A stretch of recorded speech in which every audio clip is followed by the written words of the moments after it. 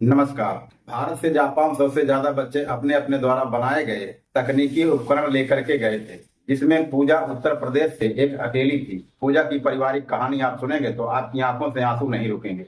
पूजा का परिवार अभी भी उस दौर में जी रहा है जिसे लोग लगभग भूल चुके होंगे। आज के बच्चों से पूछा जाएगा कि ढिबरी और दीपक क्या होता है तो शायद बोले कि दीपावली में जो जलाया जाता है वही दीपक है। लेकिन उत्तर प्रदेश के पूजा पाल का परिवार आज भी इसी दिए की रोशनी में अपनी रात काटता है। वैसे जिस परिवेश में पलते हैं पढ़ते हैं, हम वैसा ही एक समाज बनाना चाहते हैं। लेकिन अब हम एक ऐसी सामाजिकता में रह रहे हैं जिसकी हकीकत कुछ और हो गई है। आए दिन लोगों की मानसिकता कैसे बदलती जा रही है, इस पर एक नजर डालते हैं।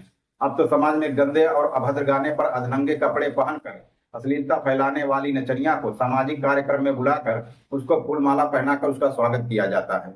और वहीं पर एक बेटी जो अपने देश, अपने प्रदेश, अपने गांव, अपनी नई युवा पीढ़ी के लिए एक प्रेरणा स्रोत बनकर उभरी है, उसको किनारे कर दिया जाता है। उसने एक ऐसा यंत्र बनाया जिसके बारे में ना तो किसी ने सोचा और ना इस पर रिसर्च करने की जरूरत समझी।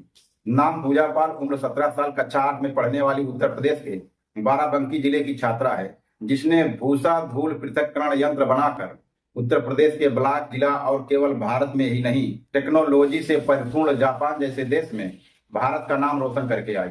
उसकी इस काम को प्रशंसा करने के लिए ना तो कोई नेता आगे आया पक्ष विपक्ष का, ना ही सरकार का कोई कार्यकर्ता उसका उत्साह बढ़ाने आया, ना ही सरकार का कोई कार्यकर्ता उसके घर तक पहुंच पाया। इस बाल वैज्ञानिक पूजा पाल का घर आप देखेंगे तो कहेंगे कि कोयले की खान से हीरा निकला है। इतनी गरीबी में रहने के बावजूद भी पूजा पाल ने इतने संघर्षमय जीवन के बाद भी स्कूल टीचर और अपने नॉलेज के बदौलत यह यंत्र तैयार किया। और इस यंत्र को बनाने के लिए जो खर्च आया वह इसके परिवार की हैसियत से बहुत ज्यादा था।